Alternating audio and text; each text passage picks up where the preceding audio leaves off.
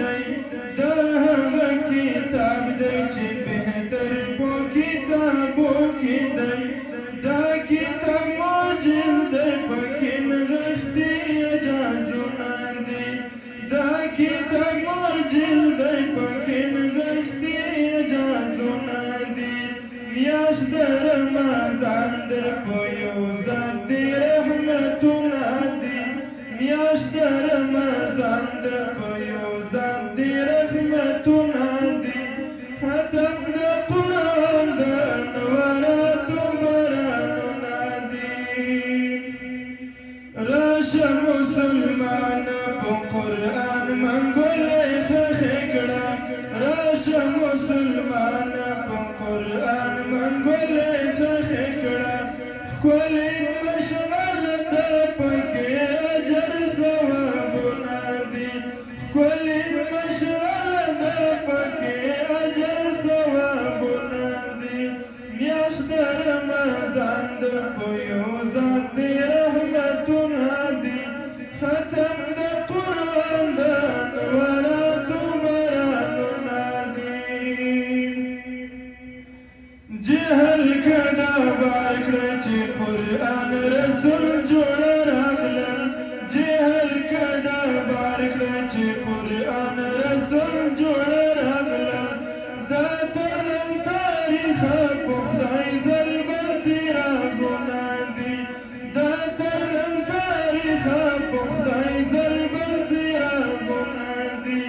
میاشت د رمضان ده په یو ذات دی رحمتونه دي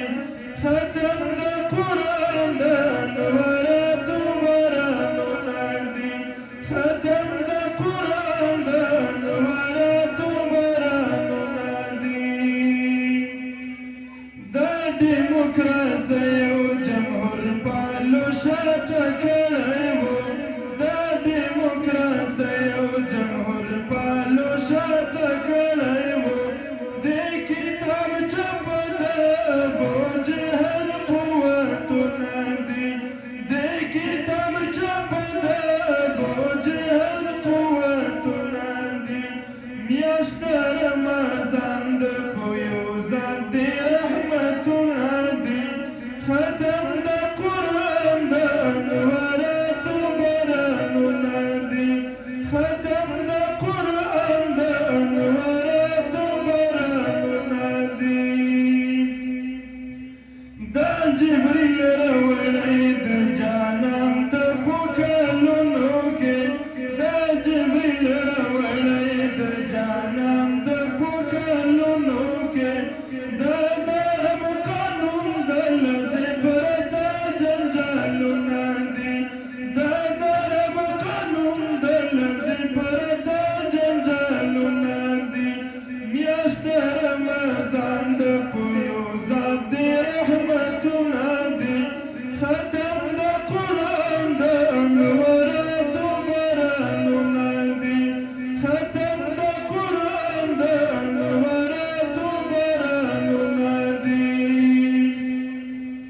خدایا د قرآن حدود نفاذ په مونږ وګوره خدایا د قرآن حدود نفاذ په مونږ وګوره دا د اسد جان ملنګ د ژوند لوی ارمانونه دي دا د اسد جان ملنګ د ژوند لوی ارمانونه دي میاشت د رمضان ده په یو ذات دی رحمتونه دي ختم د قرآن د انواراتو بارانونه دي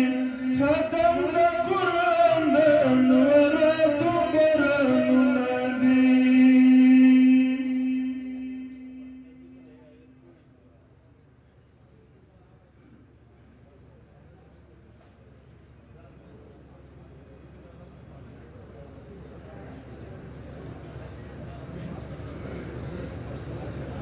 جزاک الله د محترم اسد جان منګل خواږه نظم څخه سخت زیات